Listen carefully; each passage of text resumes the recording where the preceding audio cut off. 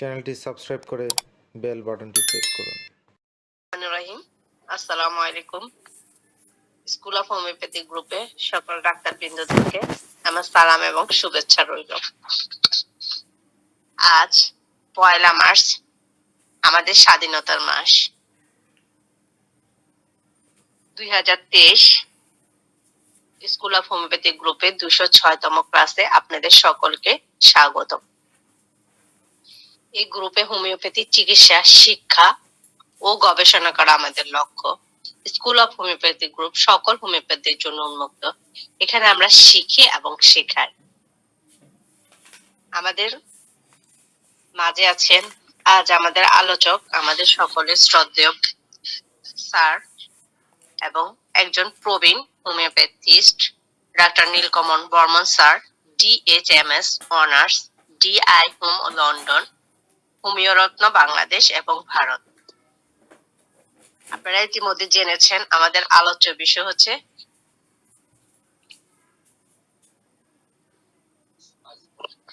Spasmodic cough, Drosera, Ipecac, Cuprum, MET।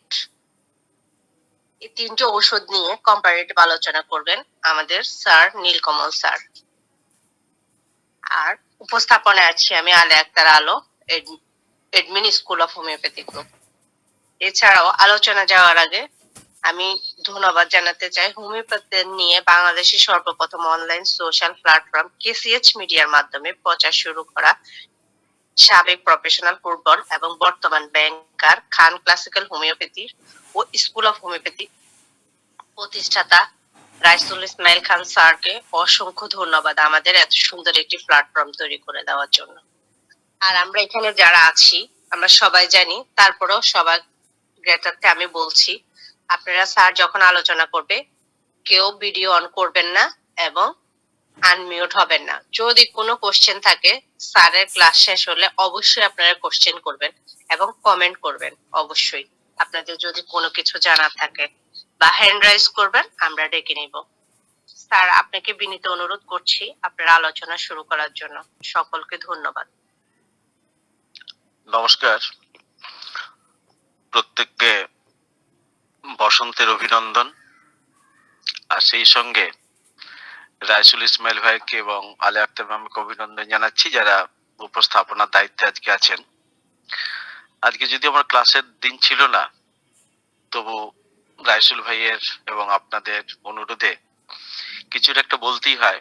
তবে একটা সুবিধা হচ্ছে কি, যেহেতু একটা সিরিজের ব্যাপার, তো যখন যেখান থেকে বলতে বলুন, কম বেশি ভালো হোক মন্দ হোক, ক্লাস চালিয়ে নেবার মতো কিছু একটা বলে দেবার ধৃষ্টতা দেখাতেই পারি। তো যেহেতু আজকে চারদিকে কাফ, কোল্ড এবং করাইজার একটা সিজন চলছে বসন্তকালের, তো তখন মনে হলো এই মুহূর্তে যেটা আমাদের সব থেকে বেশি কাজে লাগবে, স্টুডেন্টদের কাজে লাগবে বা আমাদের প্র্যাকটিসে কাজে লাগবে, সেই বিষয়টা হচ্ছে স্পাসমোটিক কফ, অর্থাৎ আকস্মিকভাবে বা হঠাৎ ভাবে কন্টিনিউয়াস যে সকল কাশিগুলো আমরা এই ওয়েদার বা সিজন চেঞ্জের সাথে সাথে পাচ্ছি, সেটা নিয়ে একটা সামান্যতম আলোচনা। কিন্তু মুশকিল হচ্ছে এটাই, যেহেতু ট্রায়াল সিরিজ, অতএব আমি সব ধরনের মেডিসিনকে নিয়ে আলোচনায় আনবো না, আনাটা উচিত নয়। যদি শুধু স্পাজমোটিক কাফ নিয়ে বলতাম, সিজনাল ডিস্টারবেন্সের কথা বলতাম, তাহলে হয়তো 15-20টা মেডিসিন আসতো। কিন্তু যেহেতু একটা লিমিটেশন বাঁধা আছে ট্রায়োজের উপরে, অর্থাৎ মাত্র 3টে চিফ, অর্থাৎ সব থেকে বেশি ব্যবহৃত হয় এইরকম 3টে মেডিসিন নিয়ে আমরা আলোচনা করব। তাহলে সেটাকে যদি আলফাবেটিক্যালি সাজাই, তাহলে সেটা হবে কুপ্রাম মেটালিকাম, ড্রসেরা এবং ইপিকাক, এই 3টে মেডিসিন। কারণ এই 3টে মেডিসিনের ভিতরে এমন অনেক লক্ষণ আছে যে লক্ষণগুলো হয়তো অন্যান্য মেডিসিনের মধ্যেও আছে, কিন্তু আমরা যদি এই 3টে মেডিসিনকে প্রাধান্য দিই, তাহলে কিন্তু আমরা মোটামুটি ভাবে বলতে পারি 80% কাফ সিমটমে, বিশেষ করে এই ধরনের স্পাজমোটিক কাফ যে সকল এখন বর্তমানে দেখা দিচ্ছে আমাদের ভারত তথা বাংলাদেশের প্রেক্ষাপটে, আমরা সেগুলোকে কিন্তু সামলে নিতে পারবো। তো যেটা আমি আলফাবেটিক্যালি বলার চেষ্টা করছি, তো সব থেকে আগে আমি কুপ্রাম মেটালিকাম সম্বন্ধে কতগুলো কথা বলতে চাই। কুপ্রাম মেটালিকাম মানে কুপ্রাম মেটালিকার কনস্টিটিউশনাল কিন্তু বলবো না, শুধু থেরাপিউটিক্যালি স্পাজমোটিক কাফের ক্ষেত্রে কুপ্রাম মেটালিকাম কোথায় দেয়া হয়, আমাদের কিন্তু একটা জিনিস বুঝতে হবে, সেটা হচ্ছে যে জিনিস নিয়ে আলোচনা হবে সেইটা সীমাবদ্ধতা। এখানে আমি মায়াজম নিয়ে বলবো না, এখানে আমি কনস্টিটিউশন নিয়ে বলবো না আজকে অন্তত, আর এখানে আমি অন্য কোনো ধরনের যে তুলনামূলক আলোচনা সেগুলোতে কিন্তু আমি একটা যাব না। কারণ আমরা খুব ভুল করে বসি, যে সাবজেক্ট নিয়ে আলোচনা হয় সংযোজন করতে গিয়ে আমরা আমাদের মতো করে র্যান্ডম বলে দিয়ে চলে যাই। আসলে আমরা যারা শুনতে এসেছি একটা মানসিকতা নিয়ে তো আসি। মনে করুন এখন এই যদি আমি কুপরাম বলতে গিয়ে আমি যদি রাজ্যের জিনিস বলে যাই, আপনারা একটু অসন্তুষ্ট হবেন যে আমরা পড়াশোনা করে এলাম, কুপরাম মেটালিকাম নিয়ে আলোচনা হবে, ড্রসেরা নিয়ে আলোচনা হবে, ইপিকাক নিয়ে আলোচনা হবে, স্যার কেন অন্যগুলো বলছেন? তো আমি সবসময় বলবো বা আমি সবসময় চাইবো যে সায়েন্স এমন একটা জিনিস যে তার ফোকাসটা হওয়া উচিত ঠিক সেই জায়গাটাতে, যেই জায়গাটা নিয়ে আমাদের আলোচনা করা দরকার বা আমরা সেটা আলোচনা করছি। তো কুপরাম নিয়ে যদি বলতে যাই, তাহলে সব থেকে আগে ডক্টর ক্লার্ক একটা খুব ভালো কমেন্টস করেছেন, সেটা একটু দেখে নেওয়া যাক। তিনি কি বলেছেন? তিনি বলেছেন এটা হচ্ছে কার্বো নাইট্রোজেনেট কনস্টিটিউশনাল একটি অন্যতম ভালো মেডিসিন। কার্বো নাইট্রোজেনেট কনস্টিটিউশন, বিশেষ করে কাদের? যে সকল মহিলারা বা যে সকল মায়েরা অনেকগুলি সন্তানের জন্ম দিয়েছেন, এইরকম মহিলাদের যদি কাফ সিমটম আমরা পাই, স্পাসমোটিক কাফ পাই, তাহলে কিন্তু এটা খুব একটি গুরুত্বপূর্ণ মেডিসিন। অর্থাৎ আমি বলতে যাচ্ছি স্ফিয়ার অফ অ্যাকশন কাদের ক্ষেত্রে এটা বেশি প্রযোজ্য? তাহলে কাদের ক্ষেত্রে প্রযোজ্য? একাধিক সন্তান বা অনেকগুলি সন্তানের জন্ম দিয়েছেন এইরকম মা, যাদের চুলগুলো খুবই পাতলা, দেখতে সুন্দর, এইরকম একটি মায়েদের জন্য কিন্তু এই ধরনের স্পাসমোটিক কফের আমরা কিন্তু কুপরাম মেটালিকাম দেবো। আরেকটা জিনিস ব্যাপার হচ্ছে কি, সেটা যে এই যে কুপরাম মেটালিকামের কাফ, কুপরামের সমস্ত লক্ষণ দেখবেন স্পাসমোটিক হয় বা একটা কি বলবো কনভালশন শুরু হয়, জ্বরের সাথে হোক বা যে কোনো পরিস্থিতিতেই, বা সে যখন খুব মেন্টালি যখন ইরিটেট হয়ে যায় তখন কিন্তু আমরা এই ধরনের কনভালশন দেখতে পাই। তাহলে একটি স্পাজমোটিক কাফের রোগীও বা একটা শিশু বা আবাল বৃদ্ধ বনিতা যারা এই ধরনের কাফে আক্রান্ত হবে, তাদের ভিতরে কিন্তু একটা প্রচন্ড ইরিটেশন আমরা লক্ষ্য করব। এবং অরা বলে একটা কথা আছে, অর্থাৎ সেই যে কনভালশনটা শুরু হবে কোথা থেকে? লোয়ার এক্সট্রিমিটিস অথবা পেরিফেরিয়াল সাইড থেকে, অর্থাৎ হাঁটু থেকে অথবা পা থেকে কিন্তু তাদের এই ধরনের স্পাজমের জায়গাগুলো আমরা লক্ষ্য করতে পারবো। এইটা কিন্তু একটা খুব গুরুত্বপূর্ণ বিষয়। আর যেটা খুব কমন সিমটম, তিনটে মেডিসিনে আমরা পাবো, যেহেতু একটা কাফ, অর্থাৎ একটা শ্বাসকষ্ট দেখা দিবে, রোগীর ভিতরে একটা কি বলবো একটা উদ্বিগ্নতা দেখা দেবে, কষ্ট দেখা দেবে, সে হাঁপিয়ে উঠবে, এবং তার সাথে কিছু কিছু ক্ষেত্রে আমরা দেখব যে ব্লুইশ ফেস্ট, অর্থাৎ তার মুখটা ওই অক্সিজেনের অভাবে কাশতে গিয়ে তার এতটা কষ্ট হচ্ছে, সে যখন আর দম নিতে পারছে না, এরকম একটা অবস্থা যখন তার ভিতরে দেখা দেয়, এই যে আমি যেটা অভিনয় করে দেখাতে পারছি না, আপনাকে দেখাচ্ছি,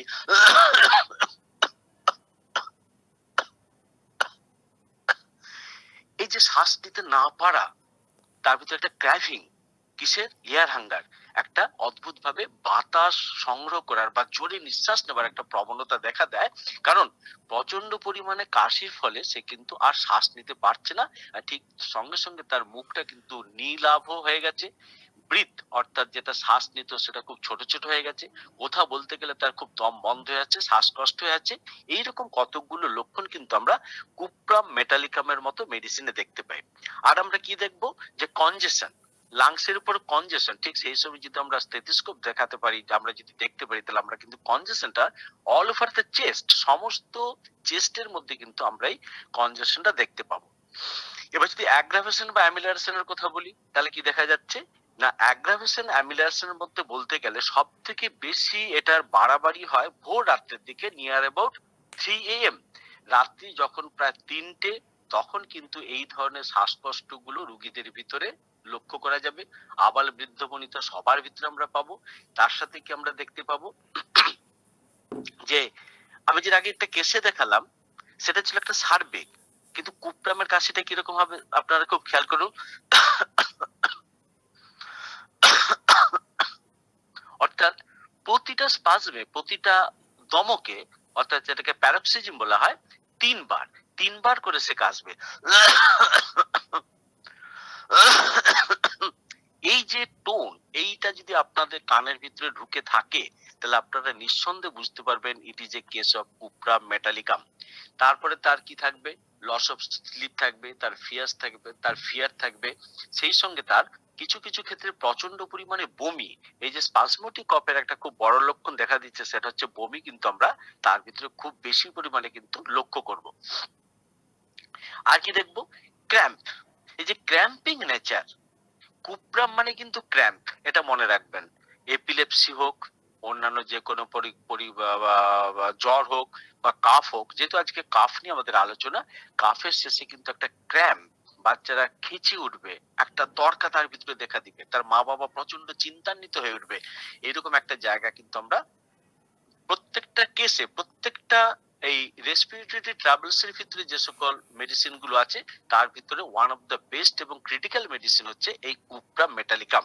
এই জায়গাটা কিন্তু আমাদের কখনো কিন্তু ভুললে চলবে না, কারণ এই স্পাজমোটিক নেচারটাই হচ্ছে সব থেকে বড় ব্যাপার। শুধু তাই নয়, এই স্পাজমোটিক কফ যখন বেশি পরিমাণে দেখা দেবে বা যখন কন্টিনিউয়াসলি হতে থাকবে, তখন কিন্তু আমরা অনেক সময় এই ধরনের ক্র্যাম্প, অর্থাৎ শিশুদের ফিট হয়ে যাওয়ার একটা প্রবণতা বা খিঁচুনি দেওয়ার মতো একটা প্রবণতা বা এপিলেপটিক টাইপ একটা কনভালশন কিন্তু আমরা তার ভিতরে দেখতে পারি, যেটা কিনা শুধু কফের জন্যই হতে পারে। আর একটু আগে বলেছি, তার সমস্ত ধরনের কফ রাত্রিবেলা ভোর রাত্রের দিকে বাড়বে, এইটাই হচ্ছে কুপ্রামের সব থেকে বড় নেচার।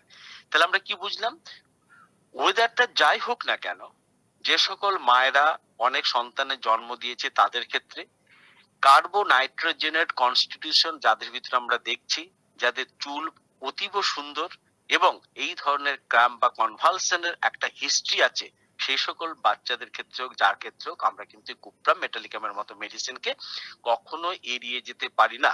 তার সাথে খুব কমন সিমটম কি, কমন সিমটম হচ্ছে যে কি বলবো, শর্টনেস অফ ব্রিদিং, অর্থাৎ তার শ্বাসকষ্ট হবে, তার শ্বাসগুলো প্রচন্ড পরিমাণে কমে যাবে, ট্র্যাকিকার্ডিয়া দেখা দেবে, অর্থাৎ পালস বিটটা তার বেড়ে যাবে, এবং ফিভিল এবং র্যাপিড পালস কিন্তু আমরা তার ভিতরে লক্ষ্য করতে পারবো। এটা হচ্ছে কুপ্রামের সব থেকে বড় নেচার বা বড় জায়গা। আরেকটা জিনিস জানবেন, কুপ্রাম যেহেতু তৈরি হয়েছে কপার থেকে, অর্থাৎ সেটা হচ্ছে একটা মিনারেল কিংডম। তো দেখবেন ভেজিটেবল কিংডমের চেয়ে মিনারেল কিংডমের কিন্তু প্রাধান্য বা কাজ করার ক্ষমতা অন্যান্য ওষুধের চেয়ে কিন্তু বেশি। অর্থাৎ আমাদের সেই জায়গাটা কিন্তু বুঝতে হবে যে আমরা কিন্তু এটা একটা ডিপ সিটেড মেডিসিন, আমরা যেন কখনোই অন্যান্য ছোটখাটো মেডিসিনের মতো রাফ ইউজ না করি বা অ্যাবিউজ না করি। অর্থাৎ একটা মেডিসিন দেওয়ার পর আমাদের যতটুকু, আমাদের যেরকম দিতে হবে কেয়ারফুলি, ঠিক এইভাবে আমাদের কিন্তু অপেক্ষা করতে হবে যায় তার প্রপার সিমটম দিয়েছি এবং তার রেসপন্স কতটা হলো তার উপরে। এবার দেখুন, আপনারা বলতে পারেন কাজ করলো না, যদি জানেন কাজ করলো না, তাহলে বুঝতে হবে যে ওষুধ সিলেকশন ঠিক হয়নি। কিন্তু আগের জায়গাটাতে আমি ফিরে যেতে চাইছি যে কেন আমাদের ওষুধ সিলেকশনটা ঠিক হবে না। আমাদের ওষুধ সিলেকশন ঠিক হলো না বলে কাজ করলো না, এটা যতখানি দুর্ভাগ্যের, তার চেয়ে বরং আমি বলবো অনেক বেশি দুর্ভাগ্যের আমরা যদি ঠিক মেডিসিনটা ঠিক জায়গায় নির্বাচিত করতে না পারি। সেই জন্য আমি প্রত্যেককে অনুরোধ করব যে সময় লাগুক, হ্যাপাজেটলি ট্রিটমেন্ট না করে অন্তত কিছু সিমটম যেটাকে আমরা সমর্থনযোগ্য বলে মনে করি, সেই ওষুধ সিলেকশন করে আমরা যদি তাকে দিই, তাহলে কিন্তু আমাদের ওষুধ কাজ করবে না, এটা কিন্তু আমরা কখনোই বলতে পারি না, বরং দৃঢ়ভাবে আশ্বাস রাখতে পারি যে ওষুধটা কাজ করবে। অনেকবার বলেছি, আবার আমি আমাদের খুব জুনিয়রদেরকে একথাই বলতে চাইছি, কি বলতে চাইছি না, হোমিওপ্যাথিটা তিনটে ভুল করে। নাম্বার 1 ভুল, মেডিসিন সিলেকশন করতে ভুল করে। নাম্বার 2, মেডিসিনের পাওয়ার সিলেকশন করতে ভুল করে। আর নাম্বার 3, যতক্ষণ অপেক্ষা করা দরকার ছিল ততক্ষণ তারা অপেক্ষা করতে পারে না। এই তিনটে সিলি মিস্টেক আমরা যদি নিজেদের জীবন থেকে সরিয়ে দিতে পারি, আমার মনে হয় আমাদের সাফল্যটা অনেক অনেক অনেক বেশি আসবে।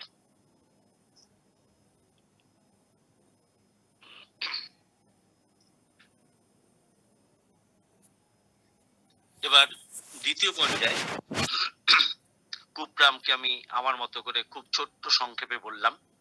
একটা জিনিস বলা যেতে পারতো, সেটা হচ্ছে ওই ইক্লামসিয়া যখন দেখা দেবে বা তার যখন ফিটের মতো দেখা দেবে, তখন কিন্তু সে অদ্ভুত ভাবে বেঁকে যাবে। এটা কিন্তু, এবং সেই সিকিউটার সেটা একটা অদ্ভুত ভাবে পার্থক্য লক্ষ্য করা যাবে। সিকিউটাকে যারা জানেন তারা জানবেন, ঠিক সিকিউটার বিপরীত চরিত্রে দাঁড়িয়ে আছে এই হচ্ছে কুপ্রাম মেটালিকাম। যাই হোক, দ্বিতীয় মেডিসিন যেটা, সেটাকে আমরা বলতে পারি বা আমরা যেটা বলবো সেটা আলোচনা করবো বলে ঠিক করে রেখেছি, সেটা হচ্ছে ড্রসেরা ড্রসেরা রোটান্ডোফোলিয়া। পুরো নামটা হচ্ছে ড্রসেরা রোটান্ডোফোলিয়া, আমরা ড্রসেরাই লিখি। ড্রসেরা দেখুন, একটু আগে যেরকম আমি আগের মেডিসিনটা কুপ্রামের ক্ষেত্রে বলেছিলাম কার্বো নাইট্রোজেনের কনস্টিটিউশন, ড্রসেরা কিন্তু হচ্ছে একটা টিপিক্যাল টিউবারকুলার মেডিসিন, একদম টিপিক্যাল টিউবারকুলার মেডিসিন। অর্থাৎ টিউবারকুলার ডায়াথেসিসের উপরে এই মেডিসিনটা কিন্তু সব থেকে বেশি প্রাধান্য বিস্তার করে। অর্থাৎ যে সকল ফ্যামিলিতে টিউবারকুলার হিস্ট্রি আছে, বা যে সকল শিশুরা বা পেশেন্টরা টিউবারকুলার ডায়াথেসিস নিয়ে জন্মেছে বা এখনো পর্যন্ত টিউবারকুলার ডায়াথেসিস থেকে বেরিয়ে আসতে পারছে না, যাদের প্রচন্ড পরিমাণে ঠান্ডা লেগে যাবার প্রবাবিলিটি থাকে বা ঠান্ডা লেগে যায়, সাসেপ্টিবিলিটি থাকে, প্রবাবিলিটি বলতে পারি বা সাসেপ্টিবিলিটি বলতে থাকি, এবং যারা প্রচন্ড পরিমাণে ইরিটেবল এবং ফিয়ার অফ ডগ, দেখবেন যে কোনো সময় কিন্তু যে কোনো টিউবারকুলার পেশেন্টের কিন্তু একটা fear of anxiety, fear of dog, fear of darkness ইত্যাদি থাকে, এবং সেই সাথে ঘুরে বেড়ানোর একটা প্রবণতা।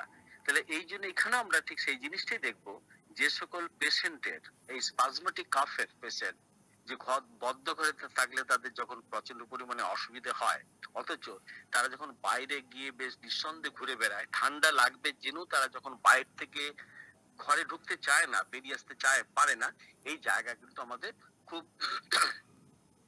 বোঝার জায়গায় যে আমরা কোন অ্যাঙ্গেলে কখন কি অবস্থাতে দাঁড়িয়ে এই ধরনের ড্রসেরার মতো মেডিসিনকে ব্যবহার করব। ড্রসেরা যেহেতু টিউবারকুলার খুব ডিফেক্টিভ মেডিসিন, প্রায় বইয়ে লেখা আছে ইউ নেভার ইউজড, বিশেষ করে আপনাদের বোরিক নয়, বইটার নাম হচ্ছে অ্যালেন, বলা হচ্ছে একটি মাত্র মাত্রা ইউজ করবেন। তো একটি মাত্র মাত্রা ইউজের মানে হচ্ছে কিন্তু ওই একবার দেওয়া নয়, একটি মাত্র ডোজ বলতে হোমিওপ্যাথিতে তো আমরা জানি ডোজ মানে কি, যে মাত্রা খাবার পর থেকে ওষুধের কাজ শুরু হয় সেটাকে আমরা কিন্তু ডোজ বলি। অর্থাৎ আমি একবার খেলাম, যদি কাজ না শুরু হয় সেটাকে কিন্তু কখনো ডোজ বলা যাবে না। যদি দ্বিতীয়বার খাইয়ে শুরু হয় তবে কি সেটাকে আমরা ডোজ বলবো, অথবা যদি তিনবার খাইয়েও যদি একটা ওষুধের কাজ শুরু করানো যায় তাহলে সেটাকে কিন্তু আমরা ডোজ বলবো। আর এই কথাটি বলা হয়েছে, বা এই ভুলটা আমরা যেন না জুনিয়ররা কখনো করি, সেটা হচ্ছে কি না, ওষুধের কাজ শুরু হয়ে গেলে যেন আমরা আর ওষুধটাকে রিপিট না করি, বিশেষ করে ড্রসেরার মতো অ্যান্টি টিউবারকুলার একটা মেডিসিনকে। এখানে আমরা কি পাচ্ছি, এখানে আমরা পাবো সেই রেস্টলেসনেস, আমরা পাবো মেন্টালি তার ভিতরে একটা ফিয়ার থাকবে। এবং একটা মজার ব্যাপার হচ্ছে vertigo when walking in open air, অর্থাৎ vertigo when walk in open air, যখন সেই ড্রসেরার রোগী খোলা বাতাসে তার ভালো লাগে কাশির জন্য, কিন্তু হাঁটাচলা করলে দেখা যায় তার কিন্তু একটা ভার্টিগো, অর্থাৎ একটা মাথা ঘোরার একটা টেন্ডেন্সি কিন্তু তার ভিতরে প্রচন্ড পরিমাণে কিন্তু লক্ষ্য করা যায়। তার সাথে ভায়োলেন্ট কাপ থাকবে, ফ্রিকোয়েন্ট কাপ থাকবে, বার্কিং কাপ বলতে যেটা বুঝি মানে কুকুরের মতো সে ঘেউ ঘেউ মানে খং খং করে শব্দের মতো সেই জিনিসগুলো, এবং তার ভিতরে কিন্তু একটা কষ্টকর শ্বাস নেবার একটা প্রবণতা। আর যেহেতু টিউবারকুলার মেডিসিন, অতএব তারও অ্যাগ্রাভেশন কিন্তু অতি অবশ্যই রাত্রেবেলা হবে, এবং প্রলংড দীর্ঘকাল ধরে, দীর্ঘ সময় ধরে আমরা এই ড্রসেরার যে সকল স্পাসমোটিক কফ আমরা কিন্তু সেই জিনিসটা লক্ষ্য করব। আরেকটা জিনিস আমাদের সবসময় আমাদের বোঝা উচিত, যে কাফ সিমটম বলুন বা অন্য কোনো সিমটম বলুন, যে মূল যেটা সুর, the tune of the medicine, অর্থাৎ ওষুধের যে মূল কথা, সেইটাকে আমাদের কিন্তু প্রাধান্য দিতে হবে। আমরা থেরাপিউটিক নিয়ে আলোচনা করছি ঠিকই, কিন্তু থেরাপিউটিকের আলোচনাটা তখনই বিজ্ঞানসম্মত হবে বা হোমিওপ্যাথি সম্মত হবে যখন সেই মেডিসিনের যে মানে কোর পয়েন্টে, কোর জায়গায় যে কথাগুলো লেখা আছে সেই জায়গাগুলোকে যদি আমরা গ্রহণ করতে পারি বা কালেক্ট করতে পারি, এবং তার পরিপ্রেক্ষিতে যদি আমরা মেডিসিনটাকে দিতে পারি, তাহলে কিন্তু আমাদের এই মেডিসিনের এই সিলেকশনটা সব থেকে বেশি সুন্দর হবে বলে আমরা মনে করি। তার সাথে আমরা কি লক্ষ্য করব, আমরা দেখব হোর্সনেস, অর্থাৎ কণ্ঠস্বরের একটা বিকৃতি, একটা গলা ভেঙে যাওয়া ব্যাপার, কনস্ট্যান্ট সে কাশতে কাশতে তার ভিতরে কিন্তু একটা কণ্ঠস্বর কিন্তু তার পরিবর্তিত হতে থাকে ইন কেস অফ এই ড্রসেরার ক্ষেত্রে। অবশ্য কুপ্রামের ক্ষেত্রে কিন্তু আমরা এই ধরনের সিমটমটা পাবো, যেটা হয়তো আমি বলার সময় খেয়াল করিনি। তাহলে আর একটা কি আমরা দেখবো, তার ভিতরে দেখবো ড্রসেরার ভিতরে রেস্টলেসনেস দেখবো, আমরা একটা বার্কিং কাফ আমরা লক্ষ্য করব, ইউজুয়ালি রাত্রেবেলা আমাদের বাড়াবাড়ির একটা জিনিস আমরা লক্ষ্য করব, এবং সিভিয়ার প্রস্ট্রেশন, প্রচন্ড পরিমাণে ক্লান্তি এবং প্রচন্ড পরিমাণে ঘাম, সিভিয়ার প্রস্ট্রেশন এবং পার্সপিরেশন অ্যাট এ গ্ল্যান্স আমরা কিন্তু এই কি বলবো আমরা এই যে ড্রসেরা না মেডিসিনের ভিতরে পেতে পারি। আর একটা কি হয়, যেহেতু টিউবারকুলার মেডিসিন, কুপ্রামের যে পার্থক্যটা কোথায়, সঙ্গে সঙ্গে কিন্তু অন্যান্য গ্ল্যান্ড এবং ল্যারিংস, ফ্যারিংস এবং অন্যান্য চেস্টের জায়গাগুলোতে কিন্তু সম্পূর্ণভাবে সে কিন্তু কনজেশন তৈরি করে, এবং অনেক সময় যে ব্লিডিংটা আমরা দেখতে পেলাম না কুপ্রামের ক্ষেত্রে, কুপ্রামে কিন্তু একটা বারের জন্য আমি ব্লিডিং এর কথা বলিনি, কিন্তু ড্রসেরার ক্ষেত্রে আমরা দেখতে পাই অনেক সময় কিন্তু এই ব্লিডিং দেখা দেয়, এবং যেটা স্পুটাম, যেটা কফ যেটা বেরিয়ে আসে সেটা ইয়েলিশ হয়, গ্রিনিশ হয়, থকথকে হয় এবং ডিফিকাল্ট টু অ্যাওয়েক, অর্থাৎ তুলে ফেলতে কিন্তু বেশ পরিমাণে কষ্ট হয়। এর ভিতরে কিন্তু ব্লুনেস আছে, bluish appearance of the face আছে, অর্থাৎ বাচ্চা বা বয়স্ক লোকেরা যারা এই ধরনের স্পাজমোটিক কফের এফেক্টেড হবে তাদের মধ্যে কিন্তু একটা প্রচন্ড পরিমাণে হাঁপিয়ে ওঠা, কষ্ট পাওয়া, এই ধরনের কতগুলো স্বাভাবিক লক্ষণগুলো আমরা পাবো। কিন্তু হোমিওপ্যাথির ব্যাপার হচ্ছে যে স্বাভাবিক লক্ষণগুলো কি আমরা রোগের লক্ষণ বলে আমরা কিন্তু আমরা এড়িয়ে যেতে হবে, আমাদেরকে খুঁজে বের করতে হবে সেই লক্ষণটা যেটা রোগীর লক্ষণ, তথাকথিত ভাবে সেই লক্ষণটা যেটা আমাদের মেডিসিনের লক্ষণ, অর্থাৎ প্রুভিং সিমটমের সাথে আমরা যদি রোগীর সিমটমকে মিলিয়ে দিতে পারি তবে কিন্তু একটা চমৎকারিত্বের মতো আমরা জায়গা, অর্থাৎ একটা প্রপার সিলেকশন আমাদের হবে এবং আমরা একটা প্রভূত রেজাল্ট পাবো, এইটুকু আমরা বিশ্বাস করি। অর্থাৎ বলার উদ্দেশ্য এটাই যে কুপ্রামের রোগীকে কুপ্রাম দিন, ঠিক লক্ষণগুলোকে চিনে। আর দ্বিতীয় ওষুধটা ছিল ড্রসেরা রোগীকে ড্রসেরা দিন, তার ঠিক লক্ষ্যগুলোকে চিনে। এবং থার্ড মেডিসিন সেটা হচ্ছে ইপিকাককে ঠিক ঠিক ঠিক দিন সেইভাবে একটা ইপিকাকের রোগীকে। আমরা কিন্তু ইপিকাক জানি না বা ড্রসেরাও জানি না এমন কেউ নেই, বা কুপ্রামও জানি না এমন কেউ নেই, কিন্তু আমার সব থেকে মনে হয়েছে খুব সহজলভ্য এবং ঘরে আমাদের যেটা প্রায় থাকে বা থাকে না বলতেই পারবো না, সেই মেডিসিনটার নাম হচ্ছে ইপিকাক। ইপিকাকটা আমরা কখন দেবো? ইপিকাকের ক্ষেত্রে দেখা গেছে এই ধরনের কিন্তু কনস্টিটিউশনাল কোনো ব্যাপার নেই, আমি দুটো জায়গায় দুটো কনস্টিটিউশনাল উল্লেখ করেছি, কিন্তু ইপিকাকের ক্ষেত্রে দেখা যাচ্ছে যে এখানে কোনো প্রকার কনস্টিটিউশনাল কথা কিন্তু কোথাও বলা নেই। তাহলে আমরা কোথায় দেবো? ইপিকাকের একটা খুব গুরুত্বপূর্ণ লক্ষণ আছে, যে লক্ষণটা ছাড়া ইপিকাক হয় না, সেটা হচ্ছে বমি এবং বমি বমি ভাব, কাশির সাথে বমি বমি ভাব, শ্বাসকষ্ট, আবাল বৃদ্ধ বনিতা, শিশু এবং বিশেষত বয়স্ক লোকেদের যখন এই ধরনের স্পাজমোটিক কফ দেখা দিবে, কফের সাথে সাথে হবে কি, আপনি যদি জিভ দেখেন, আগের দুটো মেডিসিনের জিভ নিয়ে কোনো উল্লেখ করিনি, কারণ তথাকথিত ভাবে কোনো জীবের গুরুত্বপূর্ণ লক্ষণ কিন্তু আমরা কুপ্রাম মেটালিকাম অথবা ড্রসেরাতে পাই না, কিন্তু খুব ভালো জীবের লক্ষণ পাই ইন কেস অফ ইপিকাকে আমরা কি পাবো, তার জিভ ক্লিন, পরিষ্কার এবং কি বলবো এটাকে, ক্লিন এবং ময়েস্ট এবং হালকা মতো ভেজা, একদম ড্রাই, সেই পালস্টিলের মতো এরকম ড্রাই নয়, বা নাক্স মাস্কেটের মতো এরকম ড্রাইনেস নেই, বা ব্রাইনের মতো জেলসিমিয়ামের মতো ড্রাইনেস নেই, জিভটাতে ভেজা কিন্তু সুন্দর একটা লাল এবং পরিচ্ছন্ন টকটকে একটা জিভ আমরা কিন্তু তার ভিতরে দেখি। আর ইপিকাকের মেডিসিনে একটা জিনিস দেখবেন, নশিয়া এবং ভমিটিং, অর্থাৎ গা বমি বমি ভাব এবং বমি ভাব থাকবেই, disease what ever may be, এটাকে আপনাকে খেয়াল রাখতে হবে। যেহেতু এখানে স্পাজমোটিক কফ নিয়ে আলোচনা হচ্ছে, ওই একই কথা আমি বলতে পারি, স্পাজমোটিক কফের সাথে যদি আপনারা দেখেন যে তার জিভটা পরিষ্কার এবং গা বমি ভাব এবং বমি, বিশেষ করে কাশির শেষে বমি, কথাটা খুব খেয়াল রাখুন, কখন বমি না, at the end of the calf, যখন কাশির শেষে যখন বমি লক্ষ্য করা যায়, তখন স্পাজমেটিক কফ হোক, খুপিং কফ হোক বা অন্য ধরনের যে কোনো ধরনের কফ হোক, আপনারা কিন্তু এটা দিতে পারবেন। তবে আরেকটা ব্যাপার থেকে যাচ্ছে যে আমাদের এই ইপিকা কিন্তু থার্স্টলেস মেডিসিনের one of the greatest medicine, অর্থাৎ ইপিকাকের রোগীদের ভিতরে কিন্তু একটা তৃষ্ণাহীনতা, অর্থাৎ পিপাসা না পাওয়ার কিন্তু একটা স্বভাব থেকে যাচ্ছে। যেহেতু ইপিকাক খুব স্যালো মেডিসিন, খুব গভীর ক্রিয়াশীল মেডিসিন নয়, সেই জন্য ইপিকাকের কিন্তু মাইল্ড সিমটম আমার কিন্তু খুব একটা জানা নেই। থাকতে পারে, হয়তো একটা ফিয়ারনেস থাকতে পারে, রেস্টলেসনেস থাকতে পারে, সেটা তো রোগের জন্য, কষ্টের জন্য।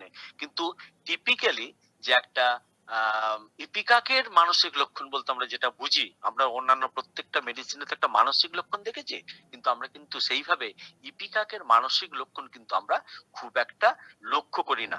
কিন্তু যদি কনস্টিটিউশনাল কথা একটুখানি ভাবা যায়, তাহলে দেখা যাচ্ছে যে ফেয়ার পার্সন, যারা বেশ দেখতে সুন্দর, ফ্যাটি, বিশেষ করে শিশুরা এবং লাক্স ফাইবার যুক্ত, অর্থাৎ যাদের যে সকল বয়স্ক মানুষের পেশিতন্তু ঝুলে পড়েছে, সেই রকম জায়গা কিন্তু আমরা এই ইপিকাকের একটা সুন্দর জায়গা পাই।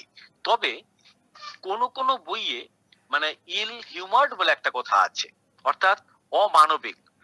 আসলে হয় কি, বৃদ্ধ বয়সের ম্যাক্সিমাম লোকেরা তাদের এই রোগ জ্বালা যন্ত্রণা ভুগতে ভুগতে একটা ঠিক মানবিক আচরণ থেকে কিন্তু তারা একটু ভ্রষ্ট হয়ে যায়, তারা খিটখিটে হয়ে যায়, বাড়ির লোকের প্রতি ঠিক সহনশীলতা থাকে না, তারা মনে করে তাকে কেউ গ্রাহ্য করছে না। এইরকম জায়গাগুলো কিন্তু আমরা ইপিকে পাই। আসলে এই লক্ষণগুলো এত কমন সিমটম অথবা এত less symptom in case of ipecac, সেই জন্য আমরা কিন্তু, আমি অন্তত এইটা যে লিপিকাকের সিমটম বা এরকম লিপিকাকের সিমটম এটা পেলেই দেবেন, এটু কিন্তু বলার আমি কোনো একটা ধৃষ্টতা দেখাতে চাইছি না। আর আমরা কি দেখবো, ইপিকাকের ভিতরে কিন্তু ব্লিডিং দেখা যায়।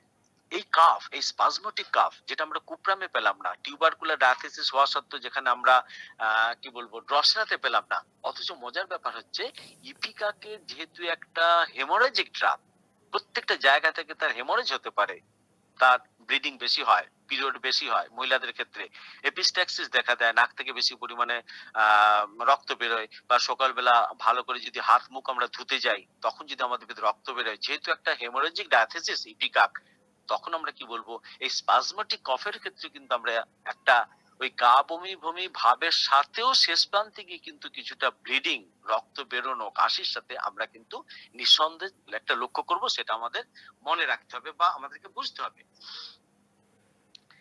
তো মোটামুটি ভাবে এই তিনটে জায়গা আমরা বললাম।